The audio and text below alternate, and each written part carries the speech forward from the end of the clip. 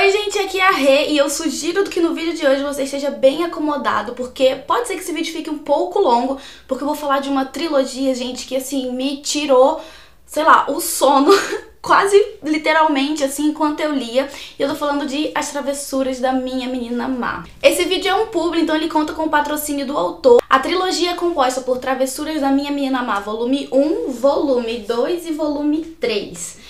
E eu preciso dizer que assim, eu comecei esse livro toda essa trilogia com as expectativas não muito altas. Porque o que acontece? Todos os 3 livros vão narrar a história de vida de uma única pessoa que teve a sua vida transformada por um amor. No caso aqui, estou falando do Vitor, que teve a sua vida transformada quando a menina má entra na vida dele.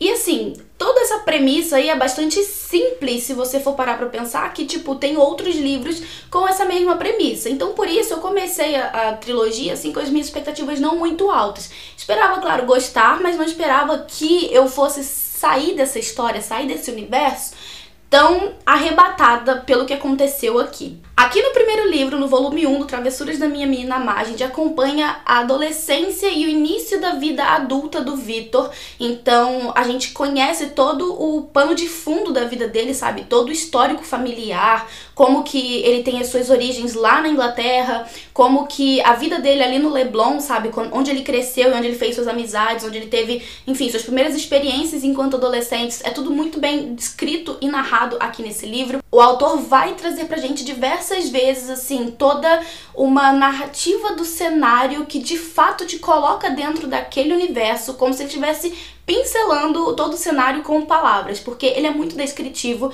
e em nenhum momento eu fiquei sem conseguir imaginar o que ele estava trazendo pra mim aqui no livro. Tamanhas foram as descrições dele. Então, em todo momento eu tava me sentindo realmente imersa na história e realmente fazendo parte de tudo aquilo. E uma coisa muito interessante é que o autor não somente vai narrar o aspecto físico da história, como também a ambientação histórica, política, cultural ali da época, que é o Rio de Janeiro, mais especificamente o Leblon da década de 80. Então o autor vai tratar da vida cotidiana desse rapaz, que é o filho do meio de 3 meninos. Ele tem um irmão mais velho, que é o Marco Aurélio, que é todo certinho e focado nos estudos e tudo mais. Ao mesmo tempo ele tem esse irmão mais novo, que é o Kaique, que é uma pessoa muito espontânea, muito cheia de vida e de quem o Vitor tem muita admiração. Ele ama esse irmão pra ele é tipo o herói da vida dele e é muito interessante como o autor trata isso no livro, sabe? Como a relação desses 2 irmãos é tratada. Só que ao mesmo tempo, o Vitor em si, ele não se vê com os melhores olhos, assim, sabe? Ele se vê como desengonçado, enfim, o contrário do que os 2 irmãos são. Nessa ambientação aí que a história começa, sabe? O Vitor seguindo o irmão mais novo pra onde ele vai, pra fazer as travessuras que ele faz também, e também tendo ali os encontros com os amigos, tudo mais, e esse é o período ali da adolescência dele, até que começa a chegar então a responsabilidade de, enfim, descobrir qual vai ser o curso da faculdade, o que ele vai fazer dali a algum tempo, sabe, pra vida adulta, e nisso a história vai se desenrolando, sabe? Ele acaba se descobrindo apaixonado por história, então ele vai cursar história e direito ao mesmo tempo, e ao mesmo tempo ele vai se descobrindo ao longo do tempo, né, apaixonado pela era medieval e também pela era dos califados da história, e nisso o autor vai trazer pra gente também muito embasamento histórico desses períodos que o protagonista tá estudando e tá, enfim, trazendo ali pra gente no livro. Ele tem ali todo esse crescimento profissional já aqui no final desse primeiro livro, e muitas coisas incríveis acontecem na vida do Vitor que eu fiquei muito feliz por ele ao longo da leitura, sabe? Então, esse primeiro livro aqui pra mim foi assim um misto de sentimentos, porque ao mesmo tempo que eu fiquei muito feliz pelo Vitor, no final do livro acontece assim um acontecimento que faz com que tudo isso que ele construiu ao longo da vida seja deixado de lado por ele mesmo, por causa desse acontecimento. Ele simplesmente perde a vontade de, sabe, seguir em frente com a vida e, assim, até a paixão dele pela história mesmo é meio que colocada de lado por causa desses acontecimentos que eu não vou contar pra vocês o que é. Então, quando o final do livro chega, que ele tá de fato no fundo do poço, então a gente começa com a história de Travessuras da Minha Menina Má, volume 2, que é quando a menina má vai entrar na vida do Vitor. Ele tá então aqui nesse começo do segundo livro, como eu falei com vocês, totalmente no fundo do poço, totalmente perdido, sem esperança de qual vai ser, sabe, quais vão ser os próximos passos dele. E ele tá meio que deixando a vida dele de lado de fato. Ele começa então a viver no automático, assim, sabe, fazendo o que ele tem que fazer, simplesmente pela empolgação de estar, de certa forma, ainda em contato com aquilo que ele tem fascínio, que são a era medieval e a era dos califados, né, os estudos dele, e é isso que move ele pra frente, que faz com que ele continue vivendo, meio que sobrevivendo, entre aspas. E daí é no meio disso tudo que surge pra ele a oportunidade de um grande cargo numa instituição aqui no Brasil, no caso no Rio de Janeiro, e isso aí é o que dá uma guinada na vida dele, sabe? Ele se vê com novas responsabilidades e é muito interessante acompanhar isso na vida do Vitor, porque você acompanha o crescimento dele, sabe? Tanto enquanto pessoa como quanto profissional também. E é aí que vai entrar então a menina má, porque ele vai estar dando aula quando ele encontra essa menina num banco assim de caixa eletrônico, sabe? E é incrível como é instantâneo o fascínio que ele sente por essa menina, que vai ter ali também as suas, como é que eu posso dizer? Seus empecilhos, eu diria assim, por conta da idade, que eles têm uma diferença de idade bastante grande, e por conta também de ele ser o professor da escola ali onde ela estuda, da universidade onde ela está estudando. E aí que começa então esse relacionamento, né? Esse romance e esse amor arrebatador que o Vitor vai narrar pra gente como sendo o grande transformador da vida dele. E ao mesmo tempo que o autor vai narrando pra gente esse romance desses dois, ele também vai narrando as facetas dessa menina má e por que ela seria uma menina má. Então aos poucos a gente vai conhecendo um pouco mais da personalidade, da índole dessa pessoa, e é aqui que eu acho que o autor conseguiu me fazer ficar ainda mais fascinada por esse universo que ele criou, porque ao mesmo tempo que ele cria uma protagonista, sabe, uma mulher, uma personagem que faz com que a gente sinta tantas coisas assim, opostas, sabe? E a gente fica feliz pelo Vitor, mas ao mesmo tempo a gente fica meio triste pelas coisas que estão acontecendo ali, e acho que foi nisso que o autor me ganhou, porque eu poderia fechar o livro e falar, não quero mais ler isso porque eu não consigo aceitar o que está acontecendo. Mas pelo contrário, ele me faz ficar ainda mais ansiosa em descobrir o que está acontecendo, no que vai dar aquilo tudo, sabe? Ele me fez ficar realmente curiosa pelo que estava acontecendo e aonde iria dar a história do Vitor com a menina má, que eu não consegui parar de ler. Então nesse segundo livro aqui, diversas vezes eu me peguei assim, ó, com o olho arregalado, tipo, eu não acredito que isso tá acontecendo, e mais pro final do livro eu senti o sangue ferver, porque eu não acreditava no que estava acontecendo. E de fato foi o que me fez ficar ainda mais sedenta pelo terceiro livro, que vai começar exatamente onde o segundo acabou. Então todo o choque, todo o impacto que eu tive ali com o segundo livro continua aqui na primeira metade desse terceiro, porque vão acontecendo coisas na vida do Vitor, e ele vai tendo experiências e vivências que, assim, eu não esperava pra ele, o leitor não espera aquilo pra ele, o leitor torce pra que isso não aconteça.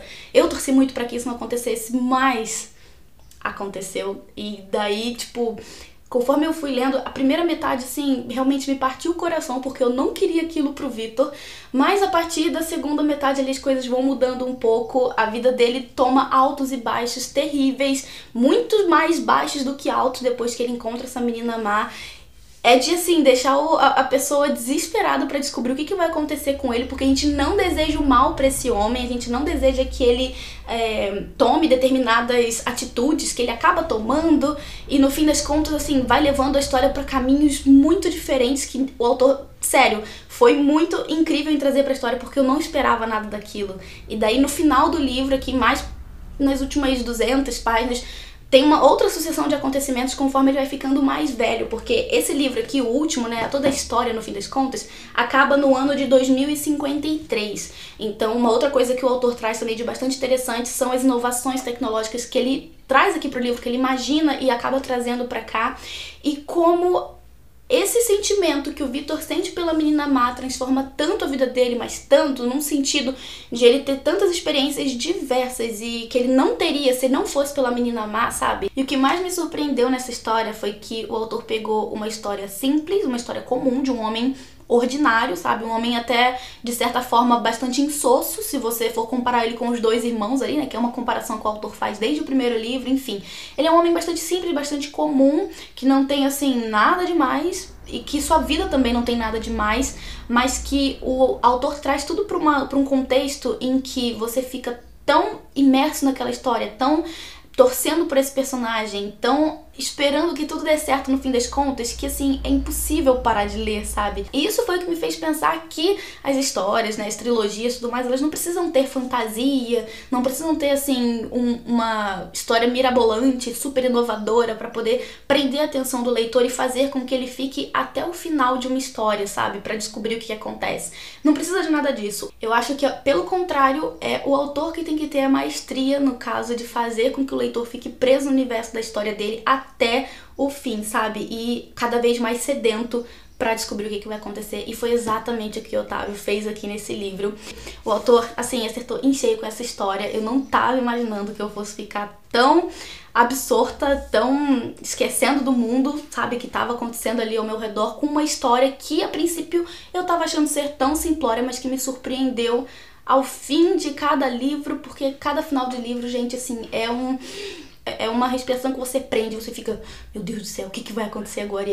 Assim, gente, eu acho que nada do que eu tô falando aqui vai se comparar à experiência de vocês pegarem esses livros pra ler. Então, o que eu sugiro de coração é que você pegue pelo menos o primeiro, dê uma oportunidade ao primeiro, porque eu aposto muito alto que você vai acabar esse livro doido pra ler o segundo e depois vai acabar o segundo livro maluco pra ler o terceiro. E outra coisa que eu esqueci de mencionar aqui é que o autor vai trazer muito da bagagem cultural, referências de outras coisas, outros livros, música, cinema, etc. E ele não só escreve muito bem, como ele também vai trazer pra história, então, outras obras literárias. O próprio título, Travessuras da Minha Menina Má, né, toda a história em si, de certa forma, é inspirado, então, no Travessuras da Menina Má, do Mário Vargas Llosa, que eu ainda não li. Então, ao longo da história do Victor, ele vai fazer diversas referências a outras obras de grandes autores do mundo inteiro, sabe? Isso é muito interessante. E uma coisa muito interessante que eu pude absorver desse livro, né, dessa história, é que eu tive a impressão de que o autor é um grande fã de Harry Potter.